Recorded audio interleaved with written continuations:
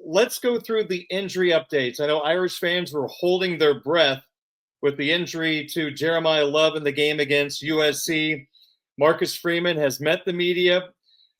Do you feel like Jeremiyah Love is going to be a healthy football player come playoff time? Yeah, healthy's all relative in December, right, Darren? Because these guys have taken a lot of bumps and bruises. And to Notre Dame's credit, Jeremiyah Love could have more of those if he was that bell cow type of back, but he was not. Notre Dame's rushing attack is multifaceted, and that has come to a very good benefit of Jeremiyah Love, I would say. As it relates to this specific injury, we've known at Blue and Gold for a little bit now that he's going to be okay. You know, it's not a catastrophic injury in any way. We were monitoring him at the LA Coliseum a couple of weeks ago. You could see him walking around, kind of testing out that right leg.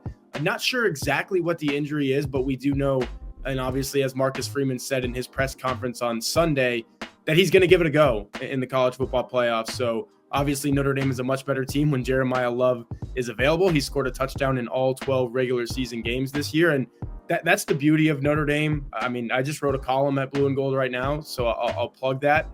Notre Dame not playing in a conference title game, Darren, you had a little extra bye, right? And Notre Dame, between the time that we saw Jeremiyah Love in Los Angeles and we see him against Indiana on December 20th, that's basically a full 3 weeks. So in answering your question a little shorter fashion, yeah, you're going to see Jeremiyah Love at Notre Dame Stadium, and he's probably going to be as close to full go as you could imagine.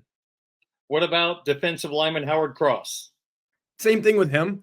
And maybe even healthier than Jeremiyah Love. Again, I don't know the full extent of Jeremiyah Love's injury, but with Howard Cross, we're talking about a guy who hasn't played a football game, and it's going to be well over a month by the time Notre Dame takes the field against Indiana on the 20th, because he sat out a couple of those regular season games, really gave it a go against USC in terms of warming up before the game. It looked like maybe he would be on the field for 5, 10, 15 reps, kind of like a Mitchell Evans situation in the season opener where you just put him in certain spots, and because he's that good of a football player and you want him out there.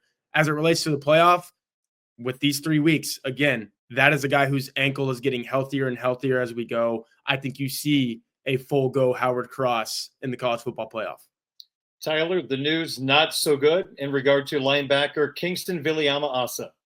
And I'm not surprised by this because we had some sources at Blue and Gold tell us straight up that he was going to miss this first college football playoff game. We were told maybe he would play in the second round. Obviously, as we know now with Notre Dame's path, as you alluded to, being on paper, that would be New Year's Day, the night of New Year's Day at the Sugar Bowl against Georgia, should Notre Dame make it there.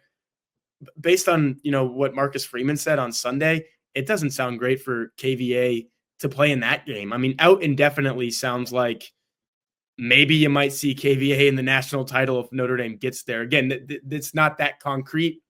Marcus Freeman kind of left it open-ended.